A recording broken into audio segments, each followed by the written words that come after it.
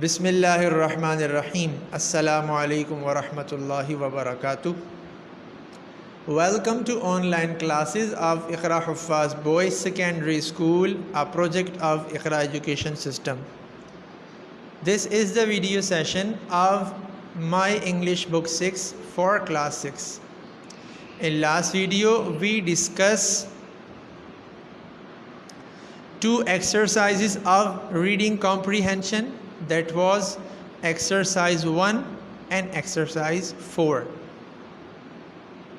Dear students, My English Book 6 की पिछली video में हमने रीडिंग कॉम्प्रीहेंशन की एक्सरसाइज नंबर 1 और एक्सरसाइज नंबर 4 को डिस्कस किया था, यूनिट नंबर 1 की, और मैंने आप लोगों को बताया था कि उन दोनों एक्सरसाइजेस को बुक में ही सॉल्व करना है।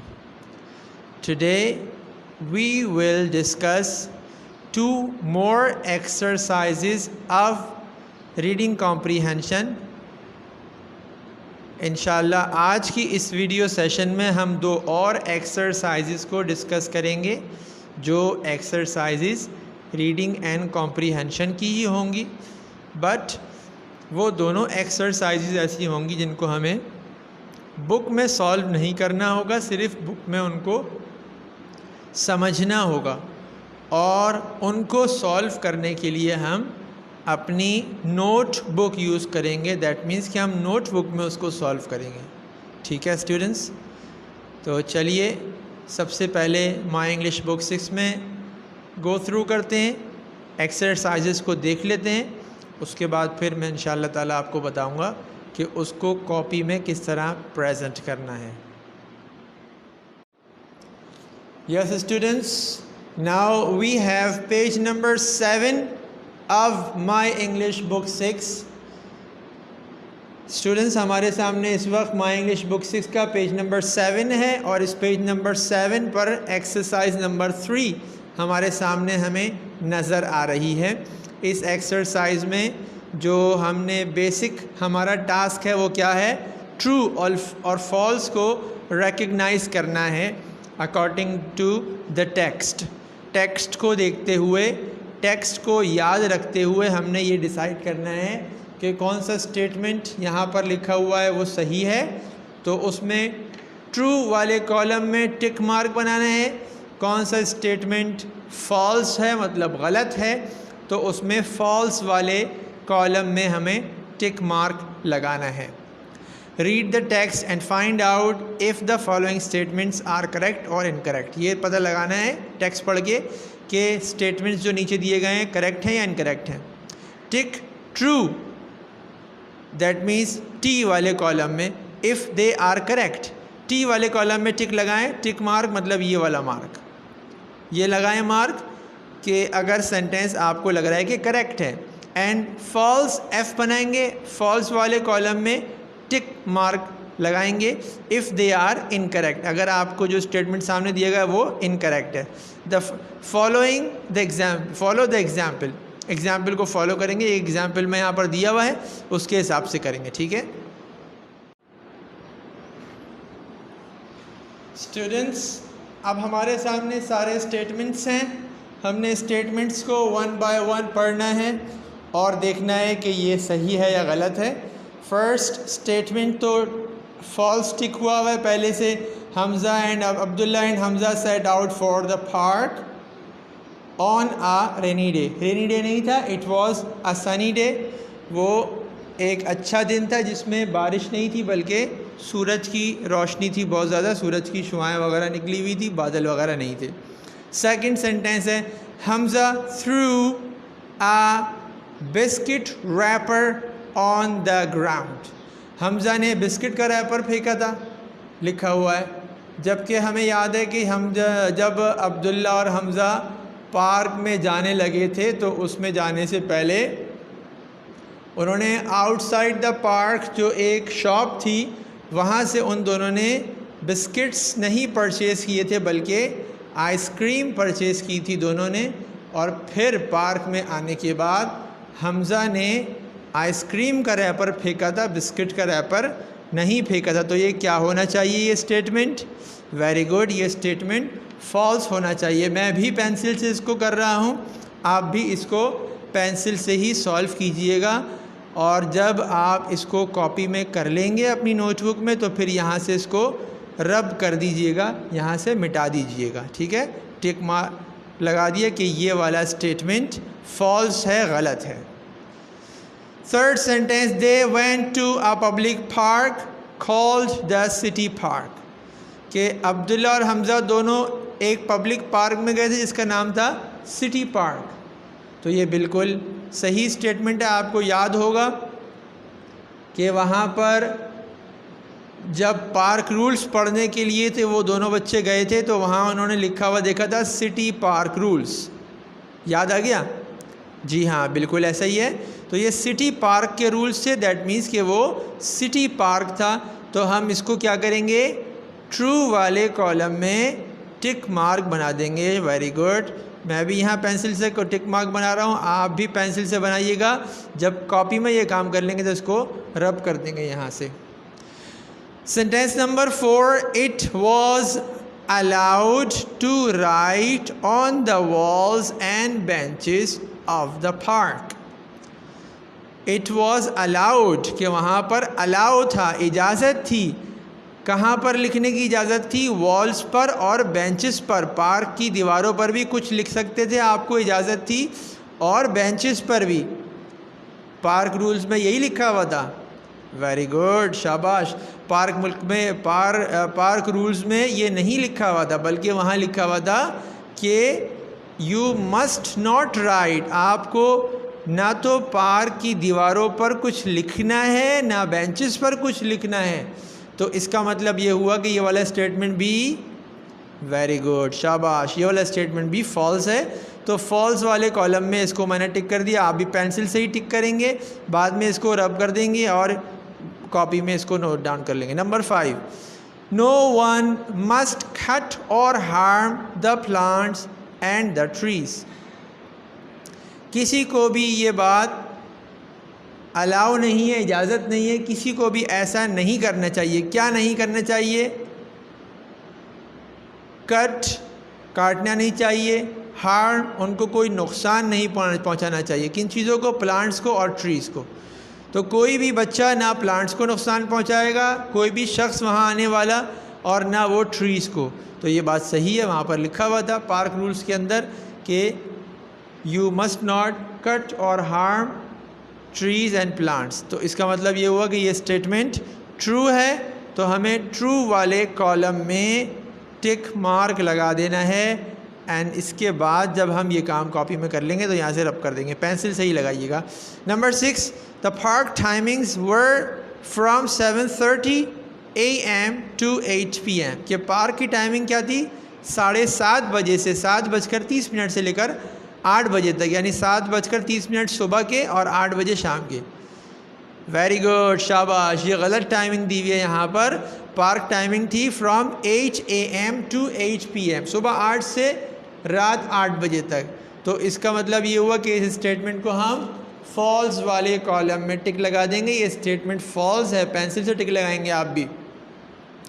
Last, the science they would put up would say keep Pakistan clean.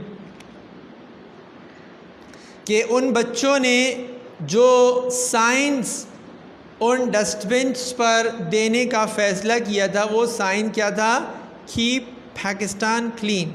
यही हुआ था कि अब्दुल्ला ने हमज़ा की बात में स्टेटमेंट में एडिशन किया था कि हम वहाँ पर हर जगह पार्क में डस्टबिन्स रख देंगे और उन पर लिख देंगे कि अपने पाकिस्तान को साफ़ रखिए, कीप पाकिस्तान क्लीन, पाकिस्तान को साफ़ रखिए। तो इसका मतलब ये स्टेटमेंट ट्रू है। ट्रू वाले कॉलम में हमने पेंसिल से टिक कर दिया है, आपने भी कर दिया है। चलिए अब मैं आपको दिखाता हूँ कि कॉपी में इसकी प्रेजेंटेशन कैसे होगी। Students, now we have copy presentation of exercise number 3। आपकी स्क्रीन पर आपको एक्सरसाइज नंबर 3 की कॉपी प्रेजेंटेशन नज़र आ रही होगी। इससे पहले हम टाइटल पेज बना चुके हैं, उसके बाद वर्ड्स मीनिंग्स लिख चुके हैं, words English meanings and Urdu meanings, वो भी मैं आपको कॉपी प्रेजेंटेशन दिखा चुका हूँ। हमारी प्रीवियस वीडियोस में आपको वो नज़र आ गई होगी।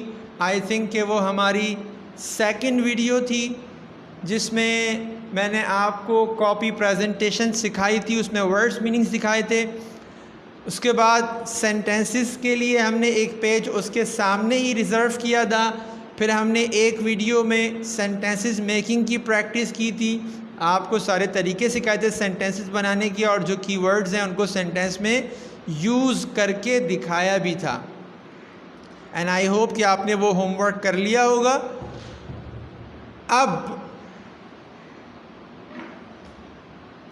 हमारे सामने एक्सरसाइज 3 रीडिंग कॉम्प्रीहेंशन की एक्सरसाइज नंबर 3 है, जो अभी अभी हमने देखी थी बुक की ट्रू और फॉल्स। इसमें से मैंने एग्जाम्पलीफाई करने के लिए 3 सेंटेंसेस लिख दिए। ये देखिए, सेंटेंस नंबर 1 2 3 लाइन्स में आया, सेंटेंस नंबर 2 लाइन्स में आया, सेंटेंस नंबर 3 2 लाइन्स में आया है। ऐसे ही आपके सेंटेंसेस जितनी लाइन्स में आ सकें उनको ले आएँ, नो प्रॉब्लम कि कितने पेजेस लगते हैं। मैंने यहाँ पर अप्रॉक्सीमेटली एक आइडिया लगाया है, तकरीबन 2 पेजेस में यहाँ पर ये वाला ट्रू फॉल्स वाला काम, ये वाली एक्सरसाइज पूरी 1 और 2, ये 2 पेजेस में ये एक्सरसाइज आ जाएगी। ठीक है, तरीक़ाकार यही होगा, वही सारी चीज़ें मैं सिर्फ रिकॉल कर रहा हूँ। मार्जिन लाइन जो होगी वो 1 इंच के गैप से होगी, कॉर्नर लाइन जो होगी वो 1/2 इंच के गैप से होगी। उसके बाद आप 1 इंच की लाइन यहाँ पर और बना दें कॉलम ट्रू फॉल्स के लिए, टी और एफ लिखने के लिए। ठीक है, इसके बाद आप अपने सेंटेंसेस लिखते जाइए, बट इनमें बहुत सारी चीज़ों का ख्याल रखना है। राइटिंग आपने बहुत अच्छी बनानी है, जैसी मैं आपको प्रेप में सिखा चुका हूँ। और सेकंड थिंग कि गैप देना होगा हर एक सेंटेंस में, हर एक वर्ड के बाद शॉर्टर फिंगर का गैप तो आपको ज़रूर देना है। ठीक है, शॉर्टर फिंगर से कम का गैप भी हो सकता है, लेकिन ऐसा हो कि देखने में गैप नज़र आए। ठीक है, और इस तरीके से आपने पूरा सेंटेंस, चाहे 2 लाइन में आए, देखिए ये मेरा सेंटेंस 3 लाइन्स में आया है, नो प्रॉब्लम, 3 लाइनों में मैंने लिख दिया, उसके सामने टी यहाँ पर लिख दिया। ये मेरा सेंटेंस 2 लाइन्स में आया, नो प्रॉब्लम, मैंने इसको 2 लाइन्स में लिख दिया, ये 2 लाइन्स में आया, नो प्रॉब्लम। अगला सेंटेंस भी अगर आपका 2 लाइन्स में आए कोई मसला नहीं है। इस तरह इन 2 पेजेस को रिज़र्व करना होगा। ठीक है, मैंने यहाँ पर ट्रू सेंटेंस के सामने टी लिख दिया और फॉल्स सेंटेंस के सामने एफ़ लिख दिया। आप भी ऐसा ही कीजिएगा। ठीक है, ये 2 सेंटेंसेस जो हैं शुरू के, ये फॉल्स से, बुक में भी हमने प्रैक्टिस करी है, और ये वाला ट्रू था, मैंने इसको लिख दिया है यहाँ पर।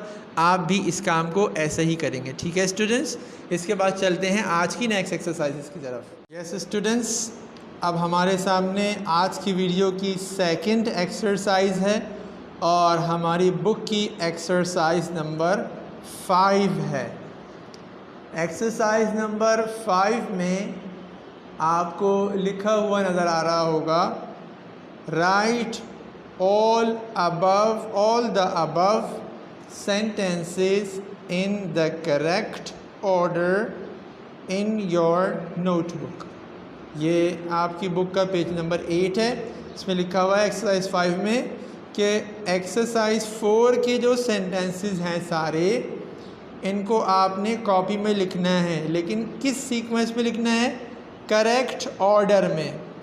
जिस तरीके से हमने अपनी प्रीवियस वीडियोस में से एक वीडियो में हमने एक्सरसाइज 4 को जब सॉल्व किया था, तो हमने बताया था कि ये स्टेटमेंट्स शफल हुए में, इनको करेक्ट ऑर्डर में करने के लिए नंबरिंग देनी है 1 2 3 4 5 6।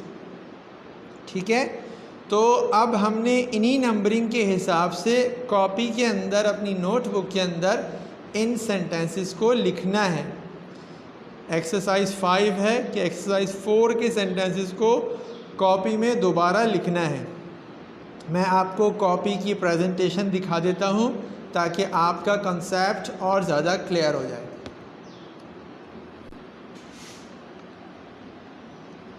देखिए कॉपी प्रेजेंटेशन में यही एक्सरसाइज आपके सामने है और एक्सरसाइज देखिए नंबर 5 लिखा हुआ है, मैंने इसकी हेडिंग डाली है sentences of exercise 4 in correct order. ठीक है, sentences of exercise 4 in correct order. उसके बाद मैंने आपको चूँकि पेपर पैटर्न पे कॉपी पैटर्न बताना था, इस वजह से मैंने आपके लिए 3 सेंटेंसेस यहाँ पर लिखे हैं। सेंटेंस नंबर 1 जो हमारी बुक के हिसाब से नंबर 1 था, जिसको हमने नंबरिंग की थी, they stop outside the park to buy some ice cream. Second, you should not throw your ice cream wrapper on the ground. Number 3, throwing a single wrapper will not make any difference। एक बार इस exercise का review बता देता हूँ आपको ताकि आपको clear हो जाए। जी स्टूडेंट्स, आपको कॉपी में इस सीक्वेंस पे लिखना है जिस सीक्वेंस में आपने यहाँ नंबरिंग की है, मतलब कॉपी में पहला सेंटेंस ये वाला आएगा। मैंने अभी आपको दिखाया था they stop outside the park to buy some ice cream. Second sentence ये वाला मैंने आपको अभी अभी दिखाया था कि सेकंड सेंटेंस आपको ये वाला मैंने दिखाया था अभी कि ये वाला सेंटेंस आपको बोलना है, लिखना है, you should not throw your ice cream wrapper on the ground. देखिए नंबर 2 दिया हुआ है तो ये कॉपी में नंबर 2 पर आएगा। इसके बाद नंबर 3 इसको दिया हुआ है हमने, throwing a single wrapper will not make any difference, तो ये आपको नंबर 3 पर नज़र आएगा। अगर आपको थोड़ी सी कन्फ्यूजन अब भी रह गई हो तो वीडियो को थोड़ा सा रिवर्स करके आप कॉपी की प्रेजेंटेशन देख लीजिएगा, आपको सब क्लियर हो जाएगा। ठीक है स्टूडेंट्स, आपके सामने एक्सरसाइज 6 है। अब रीडिंग कॉम्प्रीहेंशन की एक्सरसाइज नंबर 6 है और इसमें बहुत ही इंटरेस्टिंग टास्क आपको दिया गया है। आपको बहुत ज़्यादा इसमें मज़ा आएगा इंशाल्लाह। आप इसको देखिए, मैं आपको समझाता हूँ। एक्सरसाइज में क्या करना है, लिखा हुआ है here is a list of 8 things, 4 of these should be done in the park. यहाँ पर 8 चीज़ों की लिस्ट है, या आपके सामने लिस्ट नज़र आ रही है 1 2 3 4 5 6 7 8। इन 8 में से 4 of these should be done in the park. 4 ऐसे काम हैं जो पार्क में करने चाहिए, and 4 should not be done, और 4 ऐसे हैं जो पार्क में नहीं करने चाहिए। Right these down in the correct column in the table below. नीचे जो यहाँ पर ये टेबल बनाया हुआ है, कॉलम 1 कॉलम 2, इनमें से जो आपको पार्क में करने चाहिए वो एक कॉलम में आएंगे, जो नहीं करने चाहिए वो दूसरे कॉलम में आएंगे। ठीक है, यहाँ पर बुक में 2 कॉलम बनाए हुए हैं, अगर आपको ध्यान से नज़र आ रहा होगा तो देखिए, एक कॉलम है वी शुड, दूसरा है वी शुड नॉट। ठीक है, एक कॉलम बनाया हुआ है वी शुड और दूसरा कॉलम बनाया हुआ है वी शुड नॉट। तो जो काम हमें पार्क में करने चाहिए वो वी शुड वाले कॉलम में आ जाएंगे, और जो नहीं करने चाहिए वो वी शुड नॉट वाले कॉलम में आएंगे। ठीक है, ये आपकी बुक का पेज नंबर 9 है। बट इस एक्सरसाइज को हमने बुक में सॉल्व नहीं करना, सिर्फ समझना है, और इसको सॉल्व असल में कॉपी में करना है। मैं पहले यहाँ पर आपको इसकी प्रैक्टिस कुछ करा देता हूँ, हम मिलकर इसको हिंट्स दे देते हैं। आपको मैं हिंट्स दे देता हूँ इसकी, उसके बाद फिर आपको मैं कॉपी की प्रेजेंटेशन दिखाऊंगा।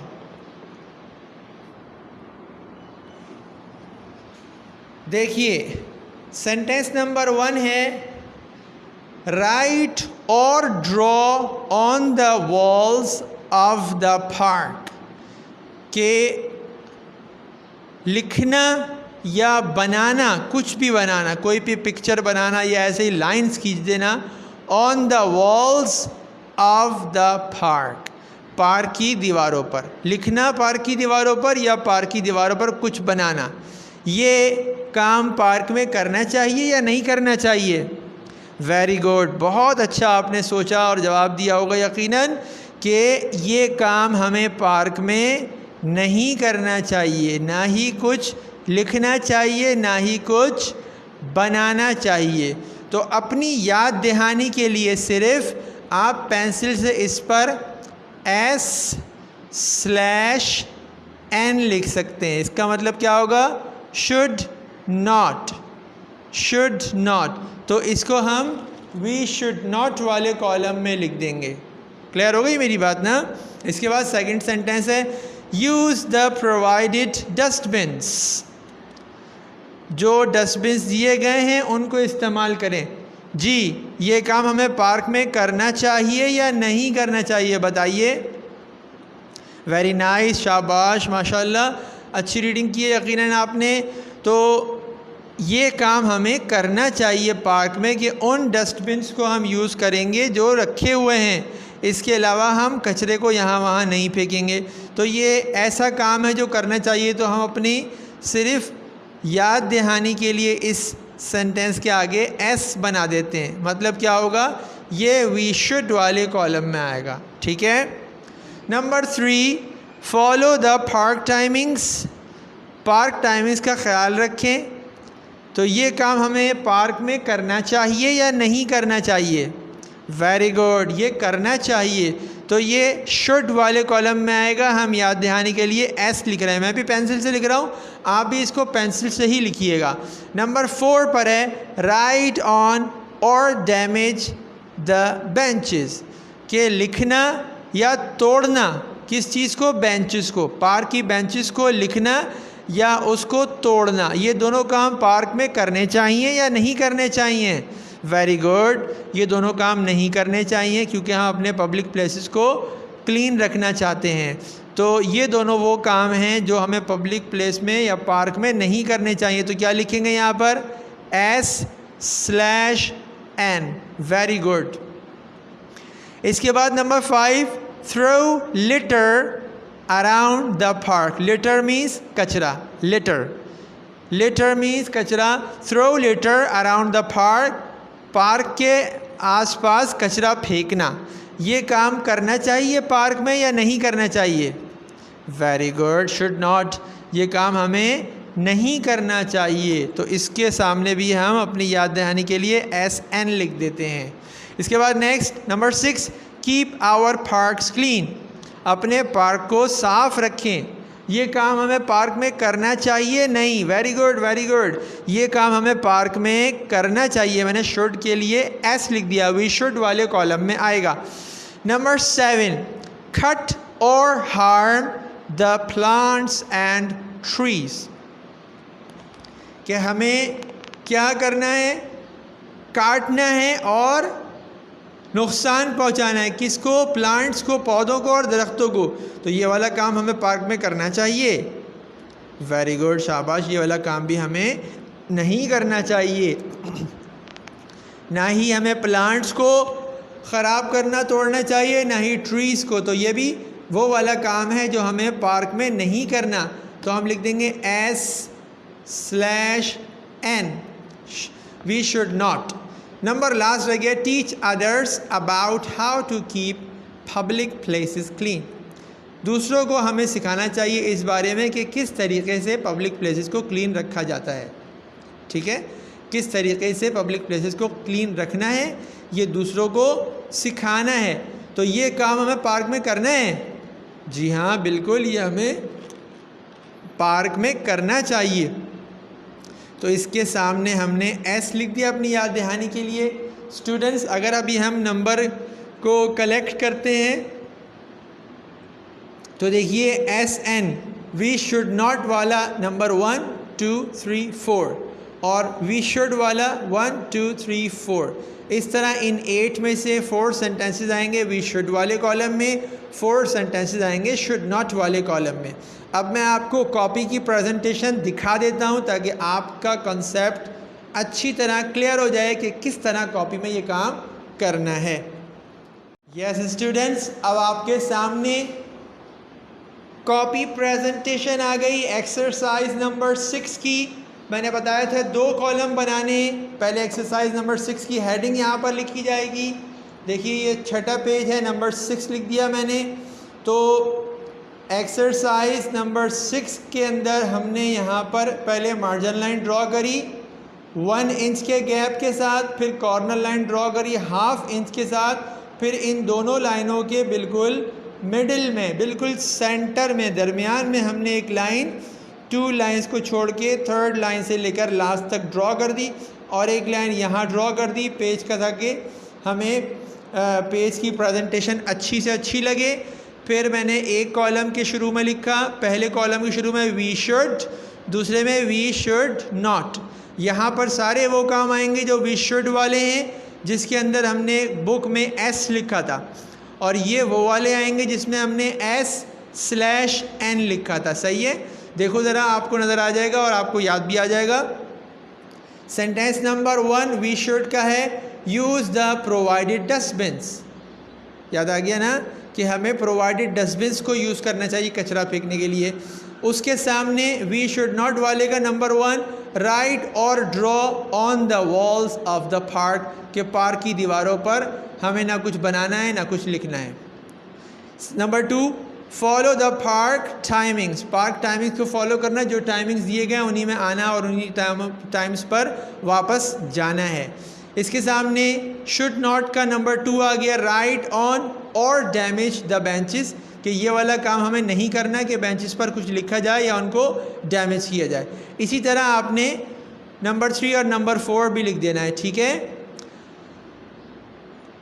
This is the end of today's video session and I hope you have clearly understood about discussed exercises. Dear students, आज के वीडियो सेशन का अख्ताम होता है और मुझे उम्मीद है कि जो एक्सरसाइजेज हमने आज डिस्कस की हैं वीडियो में वो आपको अच्छे तरीके से समझ में आ गई होंगी। उनकी कॉपी प्रेजेंटेशन का कॉन्सेप्ट भी आपको मिल गया होगा कि किस तरीके से कॉपी में उनकी प्रेजेंटेशन करनी है, और उन एक्सरसाइज में जो कंटेंट है वो भी आपने देखकर सॉल्व कर ही लिया होगा अपनी बुक के अंदर। जो एक्सरसाइजेज हमने बुक में सॉल्व कराई थी अपनी प्रीवियस वीडियो में, वो बुक में ही रहेंगी। आज जो हमने एक्सरसाइजेज कराई हैं ये बुक में जब तक रहेंगी जब तक आप कॉपी में इनको सॉल्व ना कर लें, और कॉपी में इनको सॉल्व करने के बाद बुक में से आप उसको मिटा देंगे, ठीक है।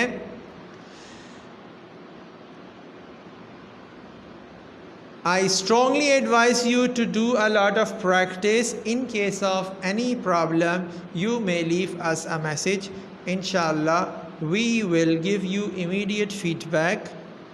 Students, practice बहुत ज़्यादा कीजिएगा घर पे, और इन एक्सरसाइजेस को बहुत अच्छे तरीके से खूबसूरत राइटिंग में सॉल्व कीजिएगा, ताकि आपकी कॉपी देखकर जो भी आपकी कॉपी देखे उसको अच्छा लगे, खूबसूरत लगे। जितनी ज़्यादा आपकी कॉपी प्रेजेंटेशन अच्छी होगी उतना ज़्यादा आपकी पर्सनालिटी लोगों के सामने अच्छी नज़र आएगी, आपकी शख्सियत लोगों के जहन में अच्छी बनेगी। और इस काम के जो आज हमने डिस्कस किया इसके बारे में कोई भी प्रॉब्लम आपको हो, आप एक मैसेज दे दीजिएगा हमें, इंशाअल्लाह इदारे की तरफ से आपको बहुत जल्द उसका फ़ीडबैक मिल जाएगा। अस्सलामु अलैकुम वरहमतुल्लाहि वबरकातुहू।